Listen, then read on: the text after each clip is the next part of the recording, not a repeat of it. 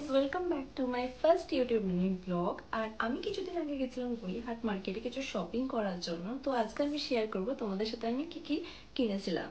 ফার্স্টেই আমি কিনেছি হচ্ছে একটা কটন কুর্তি, যেটা প্রিন্টটা আমার খুবই ভালো লেগেছিলো, তোমরা নিজেরাই দেখে নাও।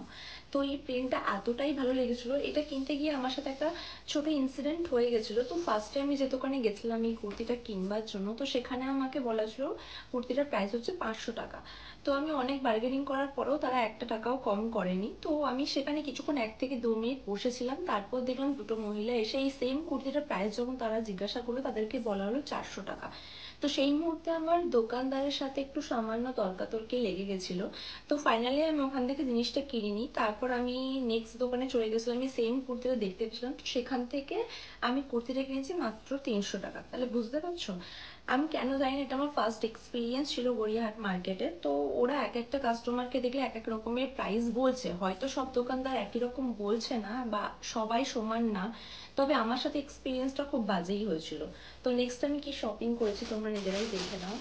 নেক্সট আমি শপিং করেছি হচ্ছে এই একটা কুর্তি। পুজোয় পরবো বলেই একটা কুর্তি কিনেছিলাম। দেখো এটার ওপরে কত সুন্দর হোয়াইট কালারের ফ্লাওয়ার মোটিভ দিয়ে কাজ করা রয়েছে, আর কুর্তিটা পুরোটাই কাজ করা রয়েছে। তো কাপড়টা দেখে যতটা বা ছুঁয়ে ফিল করে যতটা আমি বুঝতে পারলাম যে কাপড়টা খুবই কমফোর্টেবল। তো এই সময় কুর্তিটা আমি দেখেছি এই বছর প্রচুর পরিমাণে খুব ভাইরাল কুর্তি। তো এটা আমি যে দোকান থেকে নিয়েছিলাম, তো সেই দোকানে আমার মনে হয় এটা একটু বেশি প্রাইসে নিয়েছিল, কিন্তু যেহেতু আমার একটা বেশি পছন্দ হয়ে গেছিলো বলে আমি এখানে বার্গেনিং করিনি। তো এই কুর্তিটা আমার থেকে নেওয়া হয়েছিল 500 টাকায়। তো নেক্সট আমি কিনেছি একটা শাড়ি। পুজোর সময় যদি শাড়ি না পরি তাহলে কিরকম লাগে, বাঙালি বাঙালি কি মনে হয় বলো।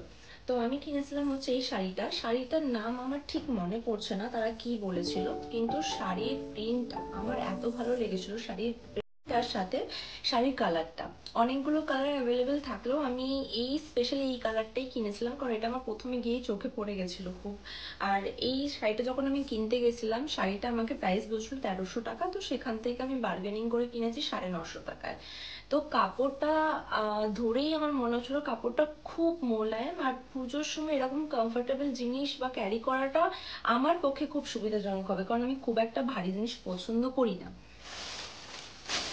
তো নেক্সট আমি কিনেছিলাম হচ্ছে শাড়িটার সাথে স্টাইল করার জন্য একটা ব্লাউজ।